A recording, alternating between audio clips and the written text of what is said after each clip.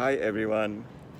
I just wanted to discuss and talk about motivation. What is motivation? In the business management studies, we learned a lot about organizational behavior, the different motivational theories, how to motivate the employees in a company, and what are the different popular theories. The theories that most of us know are need hierarchy theory by Maslow. So Maslow says there is a hierarchy of needs. Every individual first wants to satisfy his physiological needs, which is the bread and butter, the shelter, the clothes. You know, in Hindi they say roti, kapda or makan.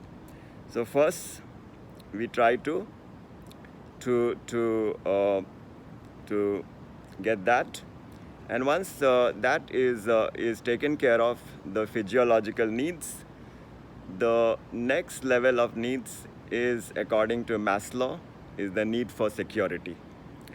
So physiological and then security, and the third need is that of the social needs, like you wish to relate to your neighbors, you want to have a social setup. And next, there is the need for the esteem. You would like to have a status, having achieved the physiological needs, the safety needs, and the social needs. Now we are looking for the status, the prestige, the esteem, and finally the self-actualization, which is like attaining the full potential the individual has. So this theory sounds very attractive, and it is a very well-known theory also. Alfred Maslow's need hierarchy theory. There is a pyramid of needs, and this gives us an idea about how the motivation in our life works. And then there was another theory in the organizational behavior that's called Herzberg's theory, the hygiene and the motivation theory. So Herzberg says that there are certain factors which are called hygiene. They don't really motivate. The motivation only comes from something special. For example, you keep giving employees a salary raise, you give him a promotion which is time bound, and all those regular perks and facilities, but do they really motivate the employees? So Herzberg says these are hygiene factors. If you really wish to motivate the employees, you need to do something extra. For example, a pat on the back of the employee who has performed well, or giving him recognition, or assigning him a task, making him responsible, etc., etc. So many theories and so many ways to understand the human mind. Douglas McGregor's X and Y theory, where he categorizes that employees are category X and category Y. The category X employees are this sort, and the category Y are different. Some are motivated, by their own nature, and some are not. Some are lazy by nature. So he categorizes, in these two divisions.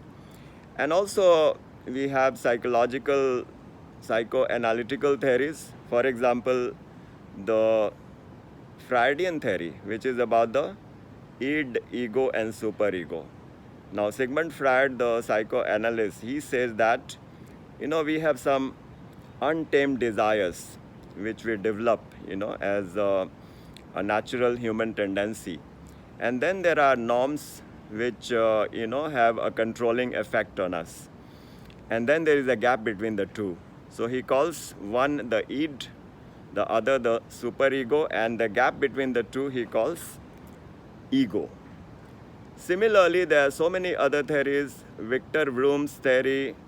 Then there is the fundamental interpersonal relationship orientation, FIRO B. And then there is transactional analysis by Eric Berne, where he talks about that there is a PAC model in every individual. parent, adult, child. So when two individuals are interacting, each individual has the PAC, parent, adult, child. So the interaction can be the parent state to parent state or parent state to child state. This is one theory. So this is called transactional analysis, and it was popularized by Eric Berne. And one of the theories which really fancies me is the managerial grid theory. So in the managerial grid theory, this couple, the Nobel laureate, if I'm not mistaken, they developed this managerial grid where they said that there is, for a managerial model, orientation to task, and then there is the orientation to people. So on x-axis, you have orientation to task, and on the y-axis, you have orientation to people. And then you develop a grid like the managerial model. Is it very much towards people or towards task, or a healthy combination of the two? So depending on the level, like a particular manager may have a very high orientation to task, but a very low orientation to people. So this has become a very strict regime, whereas you have another set where the orientation to task is very low, but the orientation to people is very high. That the duo Blake and Mouton, they call it country club. So different combinations like 19, 91, 00, 55, sorry, there's no 00, 55 and 99 will give the different combinations. Now, this is quite an understandable grid theory, because it shows some people are equally good in task and equally good in people, and that is your best manager who can really achieve the results. But then it's very rare to find enough people who have, the equal skills in handling people, and they are equally competent in their tasks. So this is the managerial grid theory. Now, why I'm talking about all this is because I read them, I learned them, I did quite well in understanding and writing the exams, etc. But then I never thought that this answers all the questions that I had about the motivation, about the process of motivation, how to motivate oneself. And then came Bhagavad Gita in my life. This is about 20-25 years back. And that changed the game. As I delved into Bhagavad Gita, I discovered that all these theories which we have spoken about, Douglas McGregor's X and Y theory, Victor Vroom's theory, Hygiene motivation theory by Herzberg, Alfred Maslow's need hierarchy theory, FIRO B, Freudian psychology, Eric Berne's transactional analysis, all these are actually emanating from the spiritual laws, the laws which are very well described in Bhagavad Gita, but then they are not showing the complete knowledge, and that is why they are inadequate and they don't satisfy. On the other hand, when I read Bhagavad Gita, one verse from here and there, that is so motivating. For example, let's talk about 262 and 263. From chapter 2, Shlok, verse 62 and verse 63, which says, Dhyayato vishya punsah sangateshu pujayate sangat sanjayate kama kama krodho bijayate krodhat bhavati sammoha sammoha smriti vibramah smriti bhranshad buddhi nasho buddhi nashat pranashyati. Now, for me, this verse or the set of two verses was so potent and was so penetrating that I felt if I keep all the theories on one scale, they will still be so much less than the meaning that these two verses have. Why? Because this is a spiritual law which is being spoken about in Bhagavad Gita.